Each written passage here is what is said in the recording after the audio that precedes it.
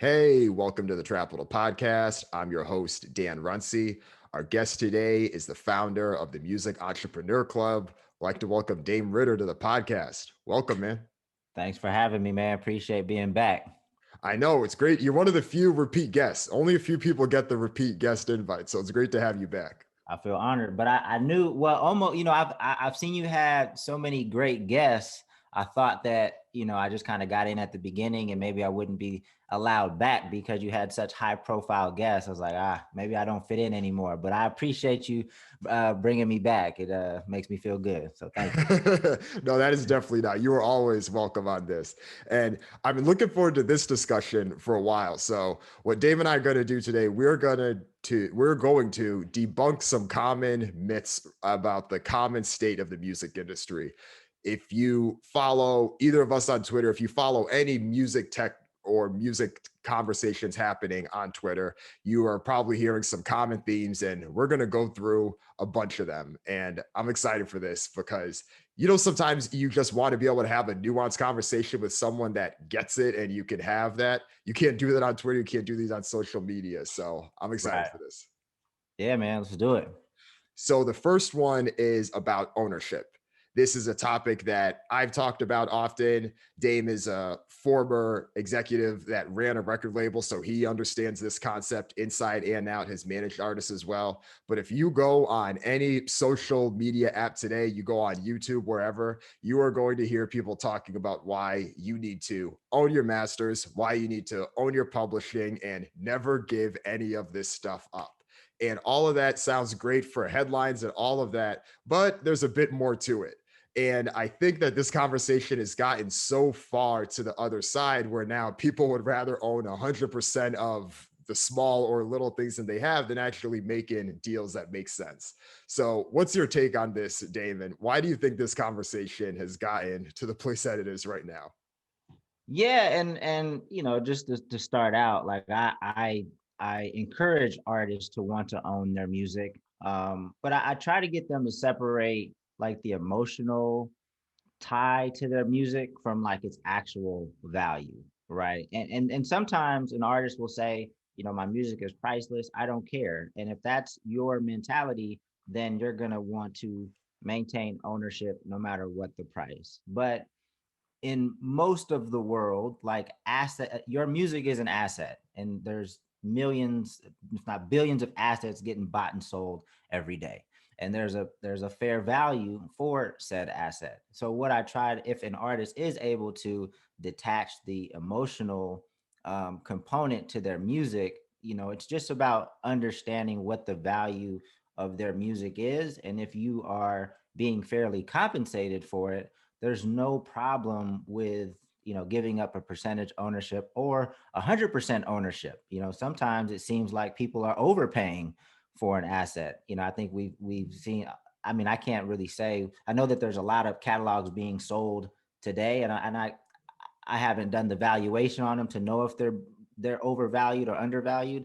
But sometimes you can get fairly compensated for your asset, and then you can take that money and invest it in something else that you own. I mean, if ownership is super important to you, you get the money, you can invest in real estate that can be passed down to your kids. Like there's other investment vehicles that might be more profitable for you, going forward than your music. Maybe your music declines over time. Not everybody's catalog holds up. Very few catalogs hold up, especially when you're talking about independent artists. So unless you have like a classic song or something like that, like your catalog is probably gonna depreciate in value, unless you have a way to prop it up or to keep it growing. So taking that money and investing it in something else, Bitcoin, whatever you think is a great investment, you own that. So why don't we talk about a broader definition of ownership and not just the music? That's a good point. I think so much is focused on the music assets themselves because people think that's the only thing that's available. But no, especially now more than ever, there's so many other things out there that you, as a multi hyphenate entertainer, you're investing, you're probably doing other things. There's just other use cases that are there for that money. And there's a difference because I think a lot of people hear the hear the tragic stories in the past, whether it's TLC and the issues that they had, where they literally have the biggest songs in the country and they do not have money to their name to do stuff. I'm not saying that those things don't happen to plenty of other people, but to use that as your use case is a bit of that, I don't even want to say like once in a rare case, but there's an element of that that's comparison that's comparative to like, oh, well, I'm not going to go to college because look at, Zuckerberg, or look at Right. Steve Jobs and all of these other people that didn't graduate from college. So why do I need to get that degree? It's like, all right, I mean, sure, but we can't use these specific instances that highlight the most egregious or the most extreme aspect of the situation to justify the more likely outcome for everyone else that is in that situation. Yeah, when you go into these negotiations, if you're fortunate enough to be in a situation where a label wants to sign you, you just have to really educate yourself on how the business works, all the different revenue streams that are available. Because when you go to a major record label, unless you've built up some leverage, you're probably going to give up ownership of your masters, but they should be investing in you, giving you opportunities to build your brand that opens up the door for other revenue generating opportunities that aren't available to you now, right? And if you're smart with your money, to me, I don't, if the money's coming in, I don't care where it's coming from. Like I can take the money from, let's just say they do take ownership of my masters, so it takes me a while to recoup and eventually get royalties from my music, but hopefully I maintain my publishing. But then it opens up opportunities to tour, to sell merchandise, to maybe get on TV, things like that. And then that brings revenue in. And then if you're smart with your money, you can invest it in different asset classes and have a diverse stream of revenue coming in. And yeah, maybe you gave up your ownership of your masters, but now you have you know multiple revenue streams and you're invested in different ways and you're comfortable, and you can pass that down to your kids and maybe buy your masters back at some point. um, there is a fair value for all assets, and I just want artists to understand that it's not a scary thing if somebody wants to own your masters, as long as you're properly compensated. Just know what that means for you, and feel comfortable in these negotiations. Right. So when you were running Funk Volume, how often were you having these types of conversations with potential artists where you were trying to offer them what probably was a very fair deal, but they hit you with these Chance the Rapper lines or whoever it was being like, no, like I want this, I want that. To be honest, not often. It was probably in the very beginning when negotiating with Hobson, because you know artists, I think the problem with artists is they're always negotiating from the best case scenario, right? In their mind, they know they're going to blow, right? They know that they're going to make millions of dollars there. But on the label side, the label has seen them sign, and this wasn't me at the time, we were just starting out, but I'm just saying in general, like from a label's perspective, it's not 100% chance you're going to blow, right? There's a lot of artists that they sign that don't take off. They might lose money or break even. So whereas the artist is operating from a standpoint of 100% chance I'm going to make $1 million, the label's looking at it like, yeah, there's a chance you might make $1 million, but there's also a chance that you make $0. So maybe it's, to make it simple, maybe it's a 50-50 chance for each. You're going in there saying, hey, I want $1 million, but the label's like, well, there's a 50% chance that you're going to make a million and 50% that you're going to make a zero. So I'm going to offer you 500,000 because that's kind of the expected value. They're looking at it from like an expected value situation, but the artist is looking at that one node that's like best case scenario, and that's where they're operating from. So I think that's where there's oftentimes a disconnect when you're negotiating, because in an artist's mind, they're the hottest thing ever, and they're going to be the next Drake.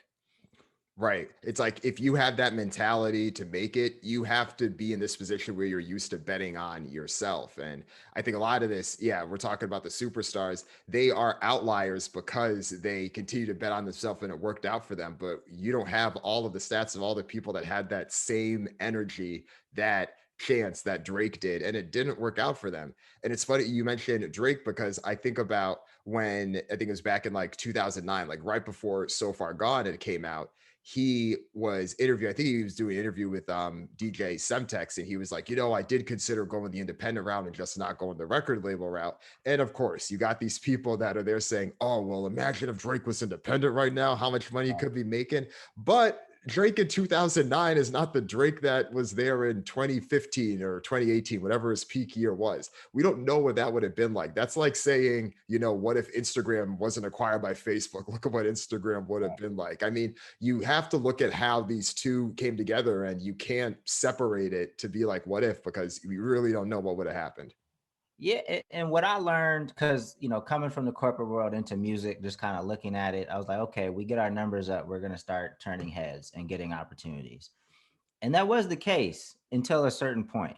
Like when you get to like mainstream or radio or national television, like there's gatekeepers. Numbers aren't just gonna bust down the door and get you every opportunity. So, and that's where a label comes in. I mean, a label has a huge history of relationships that are already in place. They have a global network, and that's something that I'm not going to say is impossible to tap into as an independent artist, but it would take a lot more time to do so. So you can't just look at Drake's success now, go back and say, well, what if he did that independently? Because it would have looked different. And I do think that it's possible. I mean, the closest thing we've seen to it is Chance, because Chance is pretty mainstream, and he's gotten radio play and national global exposure. Um, but Chance is a unique story, had some unique assistance, and it's not easily replicable. Right. Right. I feel like Russ, it maybe is a little bit more replicable, but even there was some specific instances, and what Russ did to rise in the mid 2010s, the landscape is completely different now. You can't do Russ's playbook and expect to have the same results he did now. And I don't ever want it, like Russ is, and I think I told you this, but I tried to sign Russ and Yeah. in Funk Volume. Like to me, he's a very unique artist. Like he doesn't miss. Like there's not a bad song that Russ puts out, right? And he does it kind, and he lets you know that he does this kind of by his. I know that he's opened the door to other producers recently, like Scott Storch and stuff like that, but he pretty much did all of that on his own. So to release a song, a quality song every week, but then he got the support of Kara Lewis. That's huge because she played the same role in Chance's career, just in terms of opening up those opportunities. That's not something that happens for most independent artists. So, you really got to understand these stories. And I don't want to discourage anybody from being independent, because I love when artists go independent. I was hoping to see, after the success of Funk Volume, like I wanted to see so many other like independent record labels that kind of build things from the ground up. I haven't seen that. I see artists still getting to a certain point and then signing. Um, but I guess even the good thing about that is now, if you do build yourself up to a certain point, you can demand a certain level of money and support, because if you have the data to support it, if you have the streaming, if you have the followers, and you can kind of hold out until you get what you want, because you'll be making good money along the way. Right. Yeah. It's about being able to build up the leverage and having things where you can feel comfortable with where it's at. So you're not making a decision out of desperation. You're making a decision because you feel that this is the best way forward. And yeah, I agree. Like similarly, like, I would never want to discourage anyone from doing it. In many ways, you and I both have experience building companies that are independent from the system, but you can still do partnerships where it makes sense. You can still quote unquote maintain your independence when you want to. It is a beautiful thing. I think that the option and the opportunities that major record labels offer will be there for some time. But as all these tools and these capabilities get better, it's going to be really fascinating to see what happens there. Yeah, yeah. Nah, I mean, I think it's the greatest time ever to be an artist because of what you can do independently. And then I think, labels are getting more flexible around what the deal terms could look like, what the structure can look like, the term, just the length of the deal, things like that. Everything is negotiable and flexible. And if you have a fan base already, the ball's kind of in your court. Agreed. So that's the case there on ownership. There's much more nuance, and I hope people do that. We're not going to see that nuance on social media because nuance does not exist on social media, but that's why there's podcasts like this. Yeah, no, just one more thing on that is like Yeah. there's no company, even when if just watch Shark Tank, watch what like every company, you know, if you want a partner to come in and accelerate your business, you're going to give up some ownership. And if you watch Shark Tank, the more established businesses give up less of their business, you know, the ones that have a history of hopefully profitability, but at least revenue, increasing revenue, then the sharks come in at a lower dollar amount, or they compensate them more generously for a bigger piece of their company, but they're buying equity into their company. So now the sharks own a percentage of what they're doing, sometimes a large percentage, sometimes a small percentage. That's how any business works. Anytime somebody gives you money, they're going to expect part ownership, at least in what you're Mhm. doing. I mean, an artist is no different. Right, right. And yeah, and that goes back to the leverage piece. It's like the more of that you have, the less of that you have to give up. But if you're going to do the deal, you're going to have to give it up at some point. Right. So, myth number two is that artists do not make money on streaming. You will see this everywhere. You will see the pennies on the dollar, that less than the fractions of pennies on a dollar that an artist will get per stream.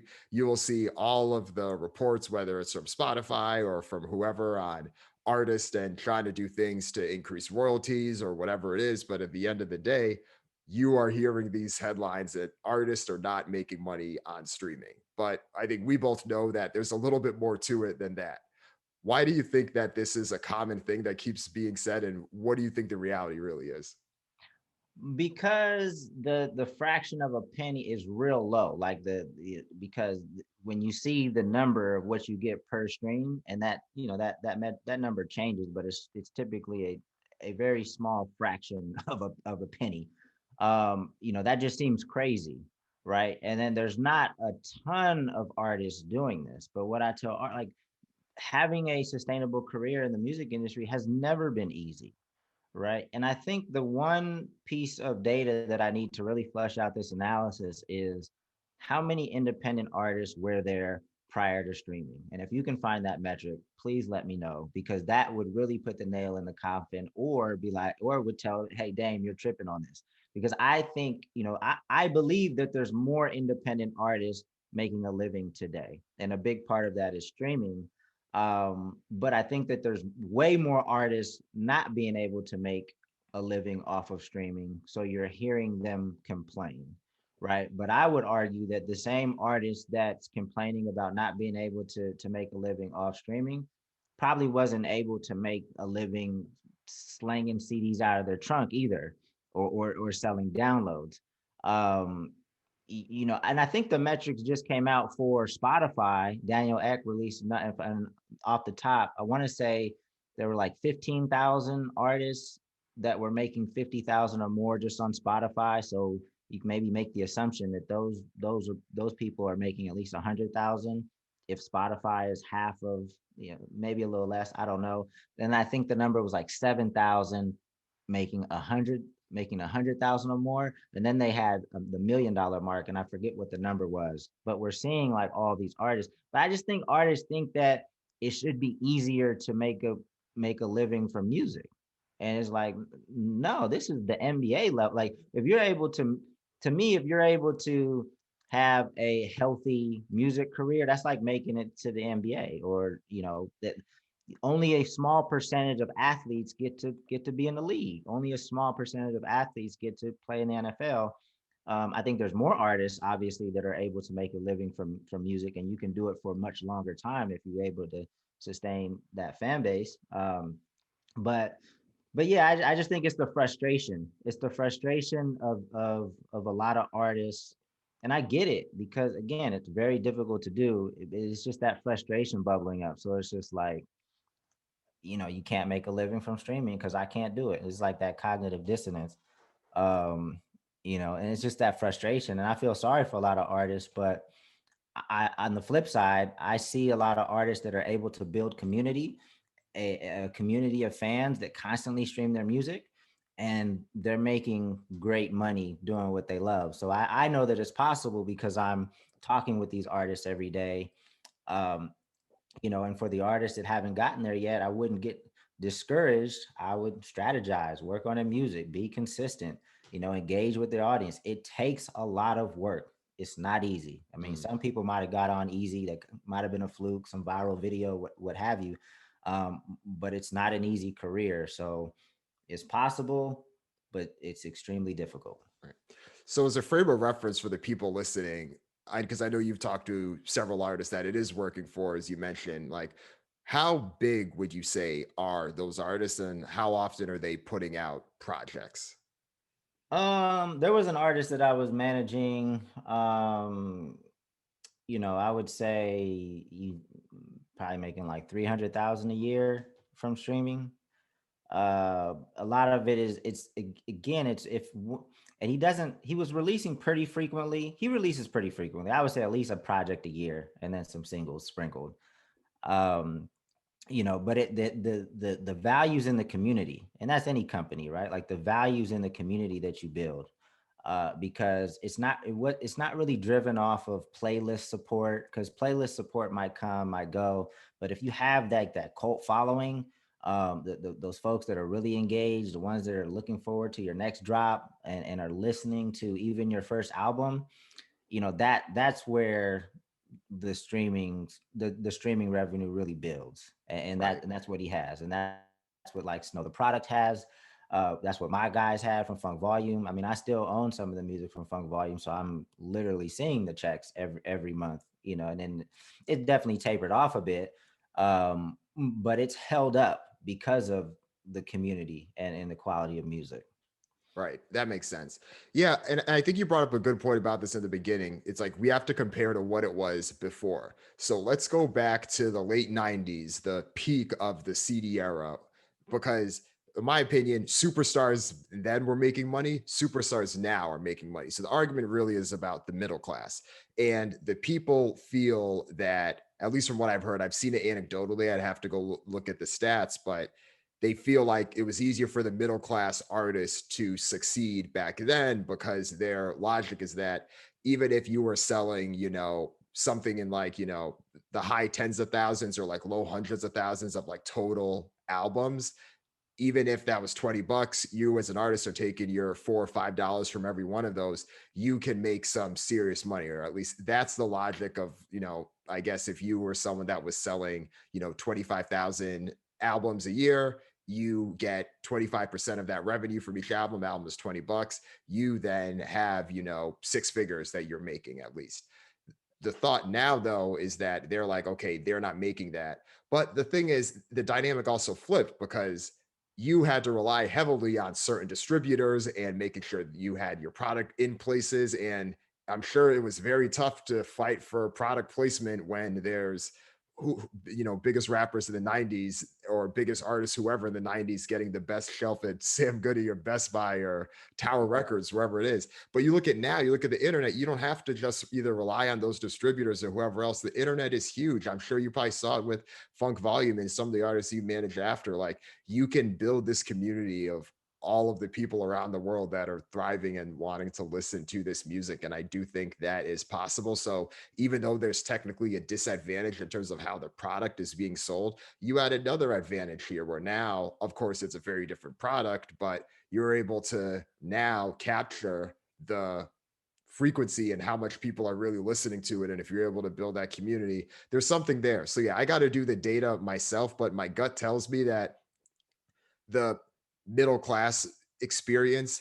Maybe with certain use cases, it's a little bit different. And I know that's why a lot of people have tried to push for like these, what SoundCloud just put out, these fan powered royalties and having it more based on how many people are actually streaming your music and then getting compensated for that as opposed to it being in this pool. But even some of the people that have looked at those studies have questions about how much of a difference that would make for the middle class artist. So I I, still think it's a better opportunity now. But yeah, what's your take?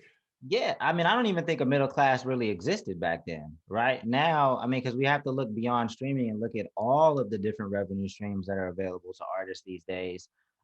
because Spotify not only gives you streams, but it gives you visibility, and hopefully introduces you to new fans that potentially buy your merch, that potentially go to your show, that potentially watch your YouTube videos, so you get the YouTube revenue. Maybe you start a Patreon. There's so many different revenue streams that weren't available to artists in the 90s, that there actually is a middle class now, and you can there is this middle class of artists, because back then I feel like there were some standouts. I know that like E40, the whole Bay Area was pretty much independent. Master P, like they made a lot of money independently, but that wasn't normal. Everybody wasn't Master P. Everybody wasn't E40. At that time, it was like you either got with a label or nobody heard you. Like you had to kind of sign a label to get an opportunity. And now that's not the case. We can do our own thing and make music on our own terms, not have somebody tell you that you need to change your name or you need to look like this. Like you can test it yourself by just going to social media and seeing if people respond to you. Right. And it ties back actually with the point you had made in the ownership discussion. It's like the way to measure this isn't looking at music industry revenue compared to music industry revenue. It's looking at, okay, what is the total revenue from all of the things that you can get? And I'm putting music industry in that bucket because, making money off of the sound recordings and publishing is one thing, but I'm more talking about everything else and what the internet has allowed you to do. We need to compare that to whatever you were doing at the height of the CD era as well, and not Right. just the actual revenue from the songs. Right. No, for sure. For sure.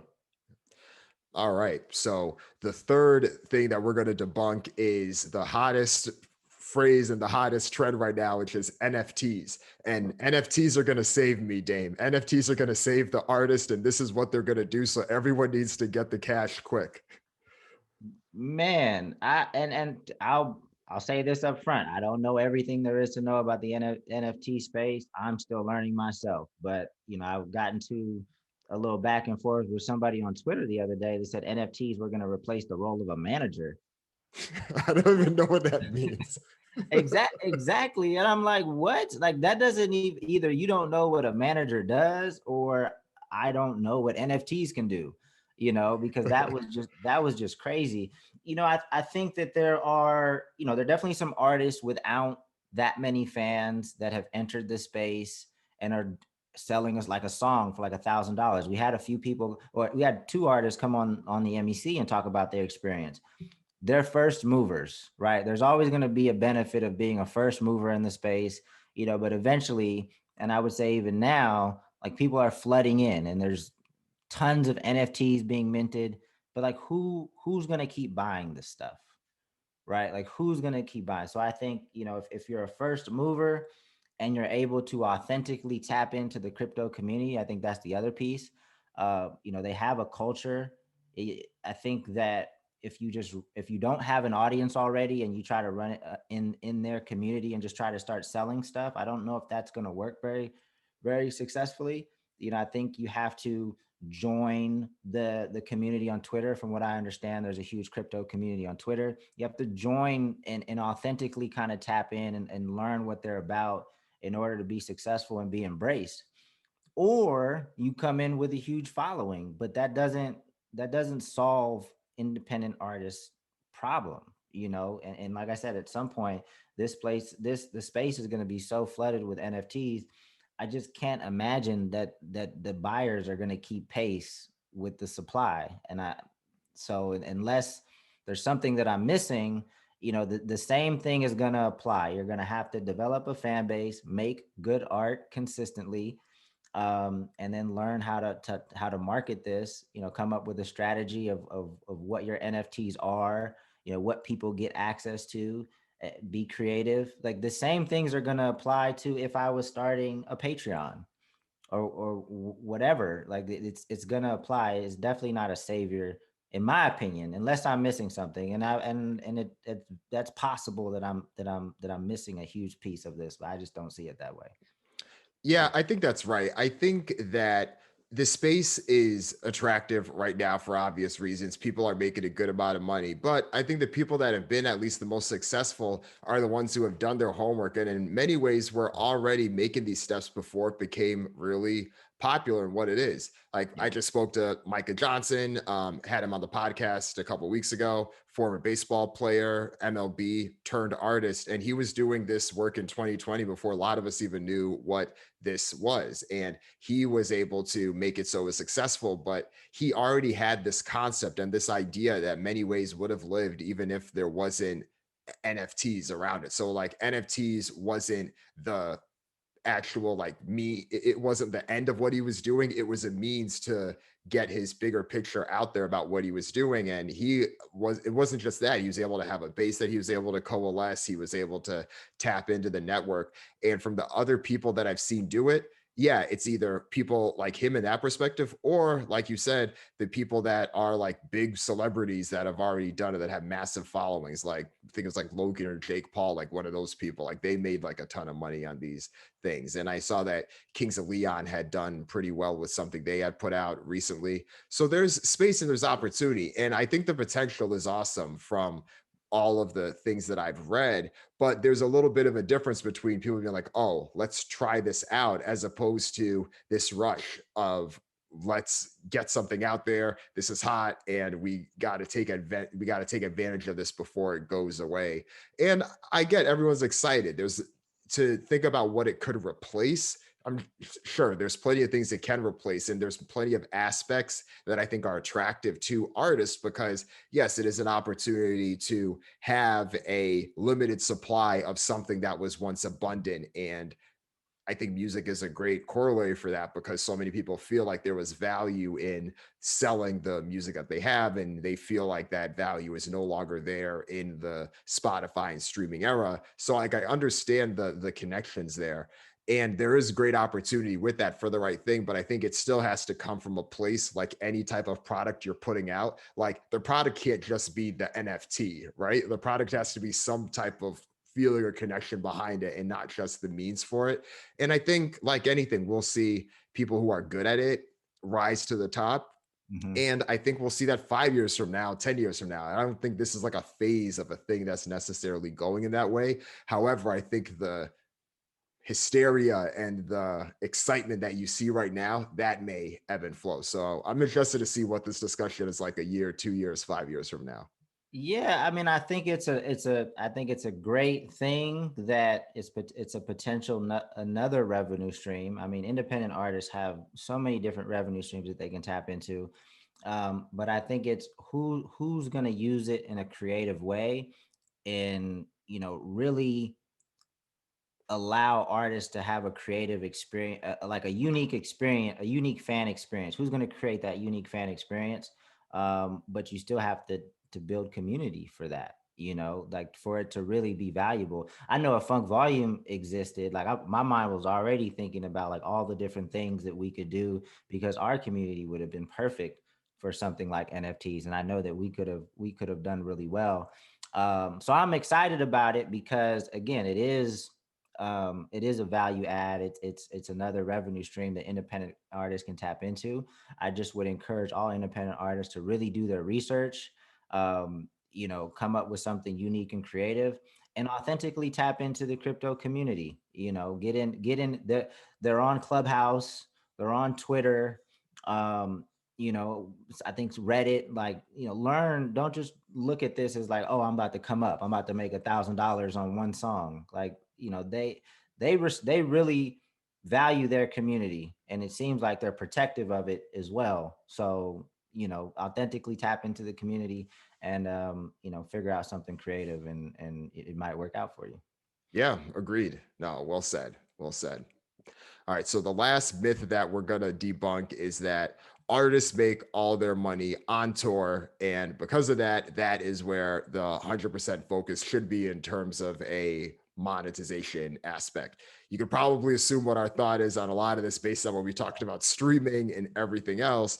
But Touring is one of those things that I think, yes, it can be quite lucrative, but I think a few things. There's some hidden costs that people don't always think about, and the opportunity cost of your time with that, and also just other ways to make a profitable living that aren't necessarily just being on the road. Yeah, I mean, everybody, every artist revenue mix is different, and I know artists with I know some people that make more of their money through sync placements. That's a majority of the revenue. I know some artists that it's more touring. I know some artists where the biggest pot is in their merchandise, and then I know artists where the biggest pot is in their streaming. What I would encourage artists is to really kind of balance it out, right? Because we never know when something like hopefully COVID never happens again. But obviously nobody was touring in the past year. So all that money dried up. And if you were heavily weighted towards touring, you were in a pretty bad space. So hopefully this was just a reminder that we should diversify our revenue streams, hopefully have revenue streams even outside of music to diversify even more and give you a little bit more of a cushion should something happen.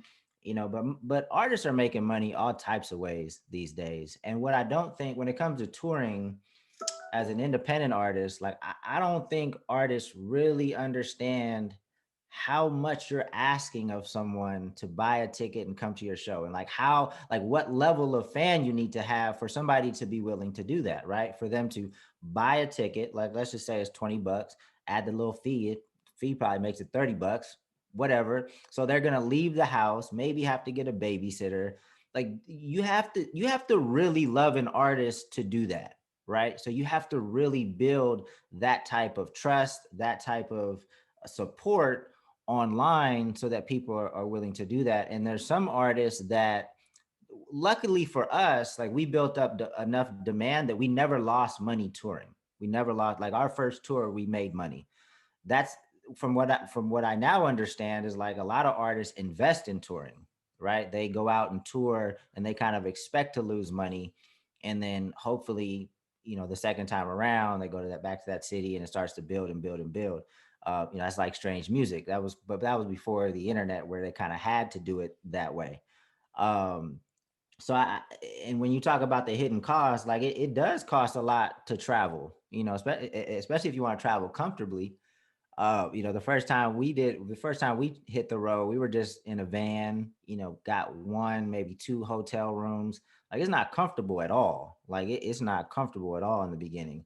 And then eventually we scaled up to a bus, but then you got to get insurance and, we're shipping merchandise. Like there's a lot that goes into touring that you need to be prepared for. So what I typically tell independent artists is really just engage with that early audience, build it up, until you feel comfortable that there is demand for you to tour in a city. But typically artists think they're ready to tour before they're really ready to tour. That's what I've seen, at least. Right.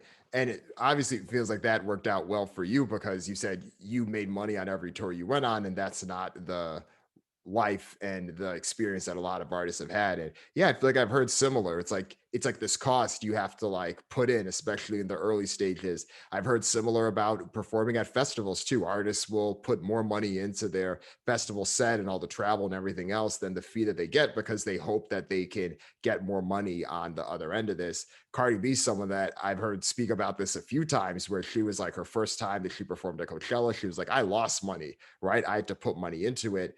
And then another cost that's related to touring, specifically when it's your own tour, is making sure that the production and the lighting, all not that all that stuff is great, but all of it looks good on social media, especially from that first tour, because if that image looks great, that is going to be what can other people will see and then make them want to get more tickets. It will help your buzz. It'll increase demand for your tour. But if those first few photos don't look right or don't generate the excitement, you may have a much harder time selling tickets for the rest of your tour. So there's so many elements of that. Like, how are you going to make sure the first few can set the tone so that everyone else will want to buy tickets for it?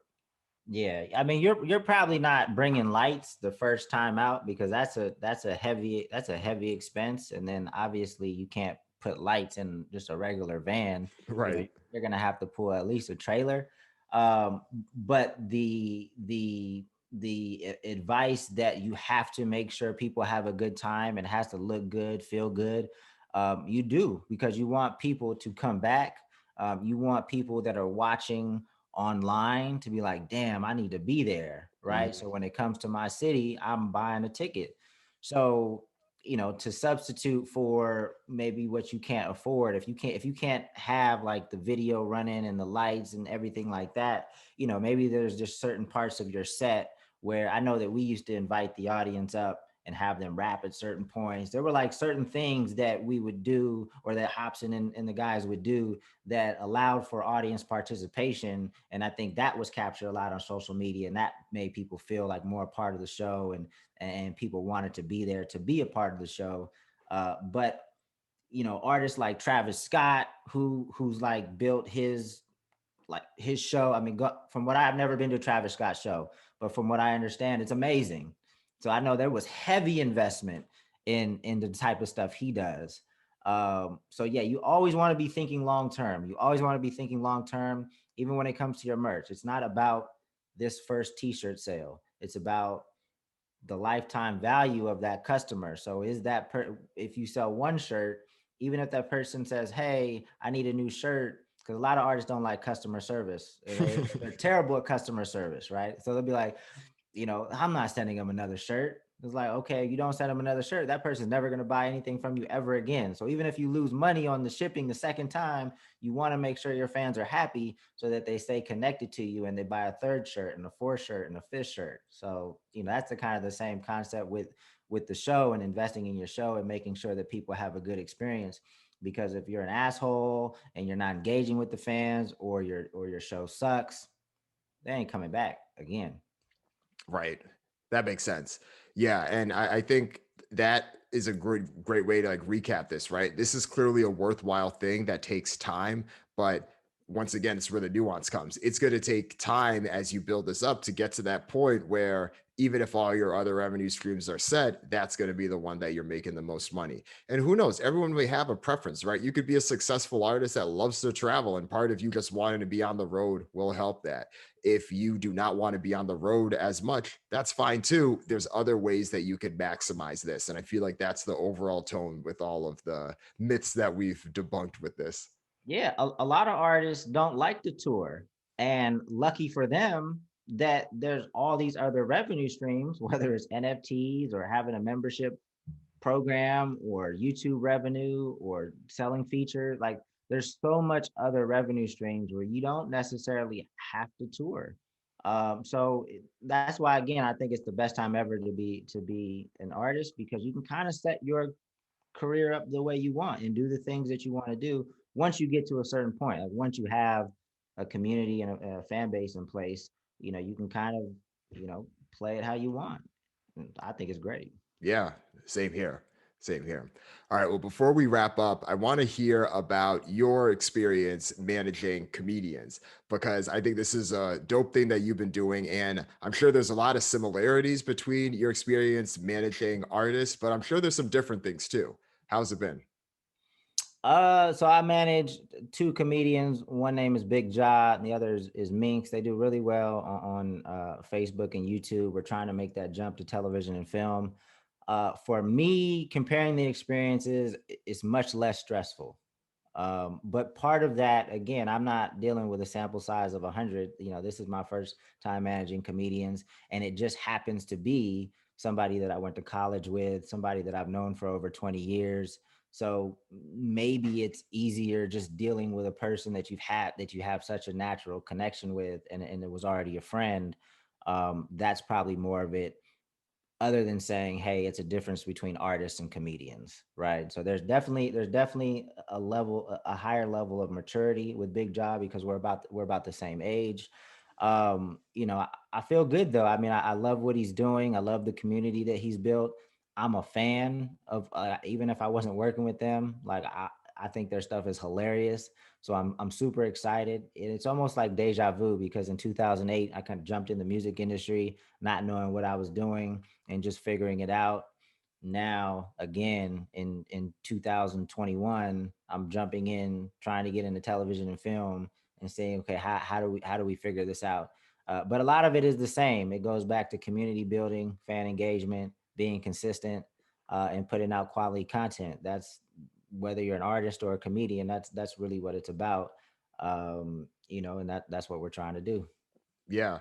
And I think the dope thing with that is that when you started with music, it was this turning point for the industry. So not only are you trying to level up on everything that's happening, everyone in this industry is kind of building the plane as they're flying and trying to figure it out. And to some extent, the same thing is happening now with media and what a lot of communities are doing with TV and film at the superstar level. Netflix has obviously changed the game for a lot of comedians, but I do think at the area starting out, Facebook and YouTube have changed the game for a lot of other comedians too. I mean, I look at someone like a Kev on Stage or like a Spice Adams and how hilarious they are. And it's like, if there wasn't social media, would we be able to, like, would they have ascended to the levels that they have? Because before it was either like, you're on Def Comedy Jam, or we don't like, or we just don't have a way to see you unless you're more of a local thing. And that's the thing that I really like about it. Yeah. So the one drawback to that I will say is, because you can make good money on Facebook and YouTube, it kind of allows the talent to take their foot off the gas a little bit.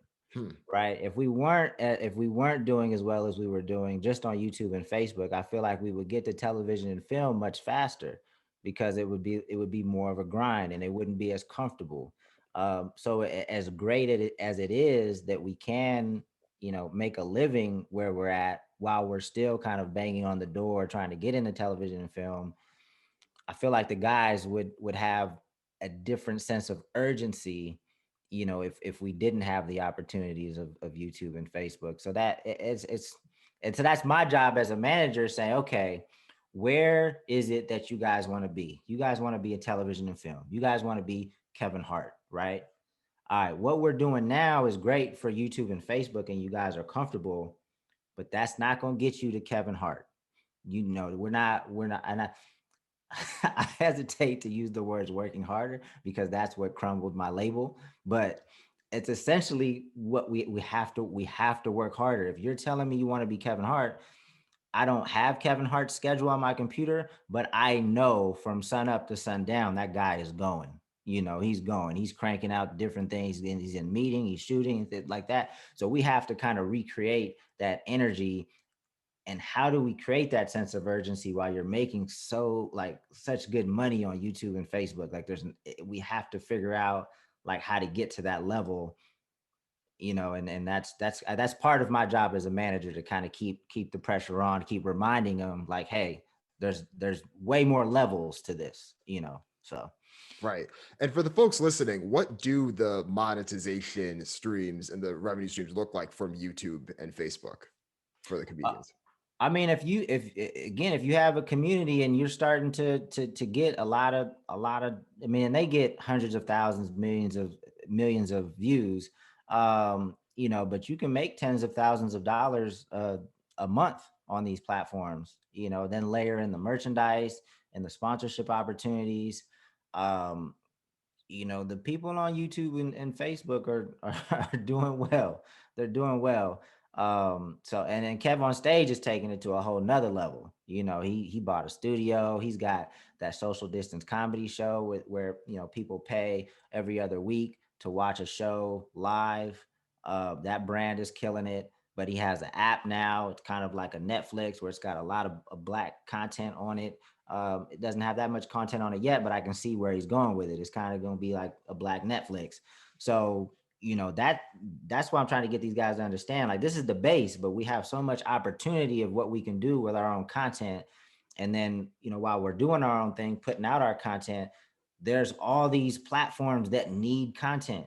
There's so many platforms that need content, whether it's Hulu, Peacock, Netflix. Like, we're gonna be in a good place. If you're creating quality content, you're gonna be in a good place, because everybody needs content right now. That makes sense. That makes sense. And yeah, I mean, personally, I think Bigg Jah's videos are hilarious. I got to check out Minks. But yeah, man, it's dope. It's cool to see that obviously there's so much to what you learned that is relevant to this other space. And I know you say it may be hard to compare like artist stress versus comedian stress, but sounds like it's working out. So I'm excited for you, man. I'm definitely looking forward to see how it goes. Thank you. I'm having fun. I'm excited again. It took me a few years to get my mojo back, but I'm feeling really good, and I'm happy, and I can say that honestly, man. So yeah, I'm excited about this year. Oh, good stuff. All right. Well, Dame, before we let you go, anything else you want to plug or let the Trapital audience know about? Yeah, I want to let them know about the Music Entrepreneur Club. The Music Entrepreneur Club is still going strong. It's still a passion project of mine. We go live every Monday and Thursday. We're sponsored by BeatStars, but it's really just a music business education platform to give up and coming creators good information. Because, like we've talked about for the past hour, it's very difficult to have a career in the music industry, but it's pretty much impossible if you don't have the right information. So, we try to bring people to the Music Entrepreneur Club that really know what they're talking about. And it's free. It's open to the public. So just come to musicentrepreneurclub.com or check us out on Instagram at Music Entrepreneur Club. It's a dope platform that I hope more young creators tap into. Agreed. And I'll double down on that for anyone listening. It is a great community. Dame has been fortunate to bring me on as a guest speaker. That's been great. And I think, I follow along on Facebook as well. I think the content is really great. So, Thank you. regardless of where you are on this level, go check it out. It's good stuff. But thanks, man. It's been a pleasure. And we'll have to do another one of these soon because I'm sure there's going to be plenty of other myths that we'll have to debunk about this damn Yeah, industry. there always is, man. I'm down to come on anytime. And the next time you're in LA, please reach out. We'll do. All right. Thanks, bro. Peace.